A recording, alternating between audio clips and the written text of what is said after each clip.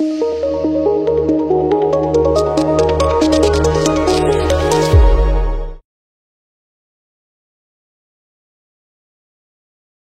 అండి, నా పేరు doctor Harika, fertility specialist, 49 hospital, Secunderabad branch. మనం ఈ రోజు ఈ వీడియోలో ఎగ్ క్వాలిటీ గురించి డిస్కస్ చేద్దాం. సో యూజువలీ మనకి ప్రెగ్నెన్సీ సక్సెస్ అవ్వాలి అంటే అది న్యాచురల్ ప్రెగ్నెన్సీ అవ్వనివ్వండి, ఐయుఐ ప్రెగ్నెన్సీ అవ్వనివ్వండి, ఐవీఎఫ్ ప్రెగ్నెన్సీ అవ్వనివ్వండి, సో అన్నిటికీ కూడా ప్రెగ్నెన్సీ రావడానికి మెయిన్ ఇంపార్టెంట్ థింగ్ ఏంటి అంటే ఎగ్ క్వాలిటీ. సో చాలా మందికి లైక్ ఐవీఎఫ్ సక్సెస్ అవ్వాలి అంటే ఏం చేయాలి అని అడుగుతూ ఉంటారు. So one of the most important factor first main గా మనకి egg quality. But egg quality అనేది ముందే డిటెక్ట్ చేసుకోవచ్చా అనేది చాలా మందికి క్వశ్చన్ ఉంటుంది. మనకి ఎగ్ క్వాలిటీ అనేది ఓన్లీ ఎగ్ ని బయటికి తీసిన తర్వాతనే మనకి ఎగ్ క్వాలిటీ అనేది ఎలా ఉంది అనేది తెలుస్తుంది. సో బట్ మనం కొన్ని పద్ధతుల ద్వారా ఎగ్ క్వాలిటీ అనేది మనం ఇంక్రీజ్ చేసే అవకాశాలు ఉంటాయి. సో ఫస్ట్ మెయిన్ రీజన్ వచ్చేసి మనకి ఎగ్ క్వాలిటీ ఎందులో డిక్రీజ్ అవుతుంది, ఎలా ఇంక్రీజ్ చేసుకోవాలి ఫర్దర్ గా అనేది డిస్కస్ చేద్దాం. ఫస్ట్ మెయిన్ రీజన్ వచ్చేసి హార్మోనల్ డిస్టర్బెన్సెస్.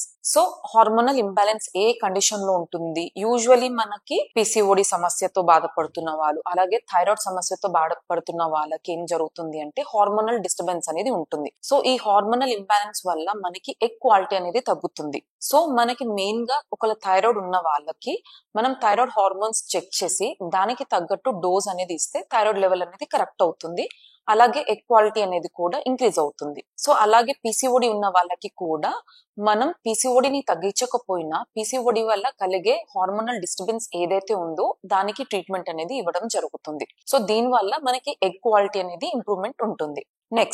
నెక్స్ట్ రీజన్ వచ్చేసి మనకి antioxidants or multivitamin tablets. So ఏంటి, నార్మల్ గా స్ట్రెస్ లెవెల్స్ ఉన్నప్పటికీ కూడా, లేదా ఏజింగ్ ఫ్యాక్టర్ వల్ల అంటే అడ్వాన్స్డ్ ఏజ్ ఇంక్రీజ్ అయిన కొద్దీ కానివ్వండి, అండ్ అలాగే స్ట్రెస్ లెవెల్స్ లో ఉన్నప్పుడు కూడా మనకి ఏం జరుగుతుంది అంటే బాడీలో ఆర్ఓఎస్ అంటే రియాక్టివ్ ఆక్సిజన్ స్పీసీస్ అనేటివి ఫ్రీ రాడికల్స్ అనేటివి ప్రొడ్యూస్ అవుతూ ఉంటాయి. సో ఈ ఫ్రీ రాడికల్స్ వల్ల ఏం జరుగుతుంది, మన బాడీలో సెల్స్ ఉంటాయి, సెల్స్ లోపల డిఎన్ఏ ఉంటుంది.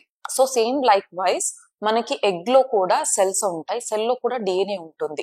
ఈ ఫ్రీ రాడికల్స్ వల్ల మనకి డిఎన్ఏ అనేది డ్యామేజ్ అవుతుంది. సో దీని వల్ల ఏమవుతుంది, మనకి అల్టిమేట్ గా ఎగ్ క్వాలిటీ అనేది తగ్గుతుంది. సో దీన్ని ఓవర్కమ్ చేయడానికి మనం కొన్ని సప్లిమెంట్స్ లైక్ యాంటీ ఆక్సిడెంట్స్ అంటారు అండ్ లేదా మల్టీవైటమిన్ టాబ్లెట్స్ ఇవ్వచ్చు. సో ఈ యాంటీ ఆక్సిడెంట్స్ మెయిన్ గా ఏం చేస్తుంది అంటే ఈ రియాక్టివ్ ఆక్సిజన్ స్పీసీస్ అనేటివి తగ్గిస్తుంది. సో మనకి ఎగ్ క్వాలిటీ అనేది ఇంక్రీజ్ చేస్తుంది. సో మెయిన్ గా ఏముంటుంది కంపోజిషన్ అంటే మనకి కోఎంజైమ్ క్యూ కానివ్వండి, or folic acid or vitamin C supplements or vitamin E కలిగి ఉన్న సప్లిమెంట్స్ ని కూడా తీసుకోవడం వల్ల మనకి ఎగ్ క్వాలిటీ అనేది ఇంప్రూవ్మెంట్ ఉంటుంది. నెక్స్ట్ మెయిన్ థింగ్ వచ్చేసి డైట్. సో మనం ఎలాంటి డైట్ ఫాలో అయితే ఎగ్ క్వాలిటీ అనేది ఇంక్రీజ్ అవుతుంది అని అడుగుతుంటారు చాలా మంది. సో ఏంటి అంటే మెయిన్ గా కార్బోహైడ్రేట్స్ ని తగ్గించాలి, ప్రోటీన్ ఫుడ్ మీడియం పోర్షన్ లో పెట్టుకోవాలి, అండ్ ఫైబర్ ఫుడ్ అనేది ఎక్కువ పోర్షన్ లో తీసుకోవాలి. సో మెయిన్ గా ఎలాంటి ఫుడ్స్ తీసుకోవద్ది అంటే maida, sugar content, salt content, bakery items, లేదా ఏమన్నా బయట దొరికే కూల్ డ్రింక్స్ కానివ్వండి, ప్రాసెస్డ్ ఫుడ్స్, రైస్ ఐటమ్స్ ఇలాంటివి కూడా కొద్దిగా కంట్రోల్ పోర్షన్ లో తీసుకోవాలి. సో అండ్ ఇంకొకటి ఏంటంటే ఫైబర్ కంటెంట్ ఫుడ్స్ ఎక్కువ తీసుకోవాలి. సో ఫైబర్ ఎందులో దొరుకుతుంది, మనకి మెయిన్ గా గ్రీన్ లీఫీ వెజిటేబుల్స్ లో దొరుకుతుంది. సో ఎలాంటి గ్రీన్ వెజిటేబుల్స్ కానివ్వండి అవి ఎక్కువ క్వాంటిటీ తీసుకున్నట్టయితే మనకి ఫైబర్ కంటెంట్ ఎక్కువ ఉంటుంది. అండ్ మోర్ ఓవర్ ఫ్రూట్స్ లో వైటమిన్ సి రిచ్ ఉన్న ఫ్రూట్స్ లైక్ ఆరెంజెస్, గువావా ఇవన్నీ కూడా తీసుకోవడం వల్ల ఏం జరుగుతుంది అంటే మనకి మల్టీవైటమిన్ సప్లిమెంట్స్ లో దొరికే వైటమిన్స్ అవన్నీ ఈ ఫుడ్ తీసుకోవడంలో జరుగుతుంది అనమాట. సో దీని వల్ల ఓవరాల్ గా మనకి వెయిట్ అనేది ప్రాపర్ కంట్రోల్లో ఉంటుంది, అలాగే ఎగ్ క్వాలిటీ అనేది కూడా బెటర్మెంట్ గా ఉంటుంది. నెక్స్ట్ వచ్చేసి ఎక్సర్సైజ్. యూజువల్లీ ఏంటి ఒబెసిటీ.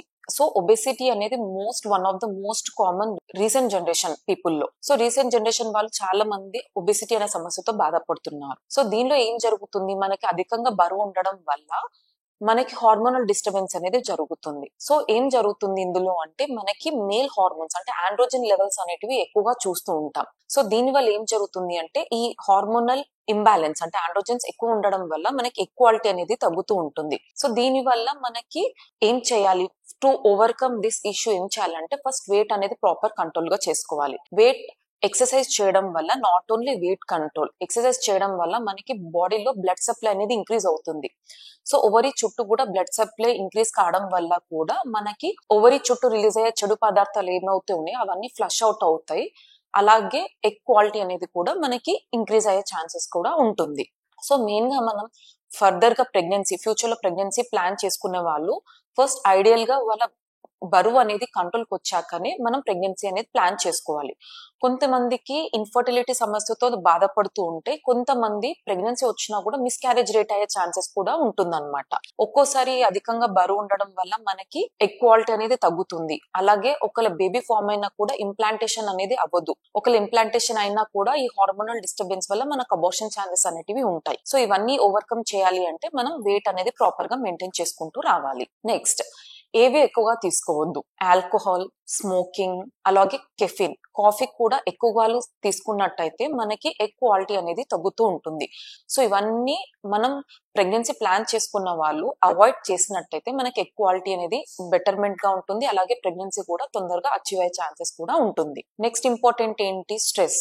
సో ఈ స్ట్రెస్ వల్ల కూడా ఏం జరుగుతుంది, స్ట్రెస్ వల్ల ప్రెగ్నెన్సీ ఎందుకు డిలే అవుతుంది, స్ట్రెస్ వల్ల ఎగ్ క్వాలిటీ అనేది ఎందుకు తగ్గుతుంది అంటే మెయిన్ గా స్ట్రెస్ వల్ల ఫస్ట్ థింగ్ వచ్చేసి మనకి హార్మోనల్ డిస్టర్బెన్స్ ఉంటుంది. సో ఈ హార్మోనల్ డిస్టర్బెన్స్ వల్ల ఏం జరుగుతుంది అంటే ఆండ్రోజెన్స్ అనేటివి అధికంగా ఉండడం వల్ల మనకి ఎగ్ క్వాలిటీ అనేది తగ్గుతుంది. అలాగే ఈ స్ట్రెస్ వల్ల మనకి లోపల రాడికల్స్, ఫ్రీ రాడికల్స్ అంటే డిఎన్ఏని డ్యామేజ్ చేస్తే కొన్ని పదార్థాలు అనేటివి విడుదల అవుతాయి. సో దీని వల్ల మనకి ఎగ్ క్వాలిటీ తగ్గుతుంది, అలాగే ప్రెగ్నెన్సీ వచ్చే ఛాన్సెస్ తగ్గుతుంది. సో ఎలా ఓవర్కమ్ చేయాలి స్ట్రెస్ ని అంటే మనం డైలీ వాకింగ్ చేసుకోవాలి, యోగా ప్రాక్టీస్ చేసుకోవాలి, పీస్ఫుల్ మెడిటేషన్ చూసుకోవాలి. అలాగే మాక్సిమం ఏదైతే స్ట్రెస్ ఫ్యాక్టర్స్ ని కాజ్ చేస్తుందో అవన్నీ అవాయిడ్ చేసినట్టయితే మనకి ఎగ్ క్వాలిటీ అనేది డెఫినెట్ గా బెటర్మెంట్ అయ్యే ఛాన్సెస్ ఉంటాయి. అండ్ నెక్స్ట్ వచ్చేసి మనకి ageing. So most important thing ఏంటంటే అడ్వాన్స్డ్ ఏజ్ గ్రూప్.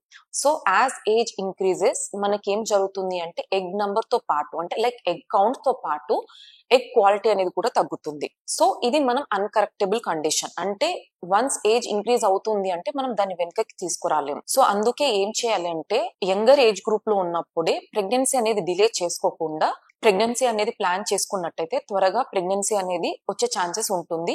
అలాగే బికాస్ ఎగ్ క్వాలిటీ అనేది యంగ్ ఏజ్ గ్రూప్ లో ఉన్న క్వాలిటీ అనేది మనం యాజ్ ఏజ్ అడ్వాన్సెస్ మనకి ఎగ్ క్వాలిటీ అనేది ఉండదు.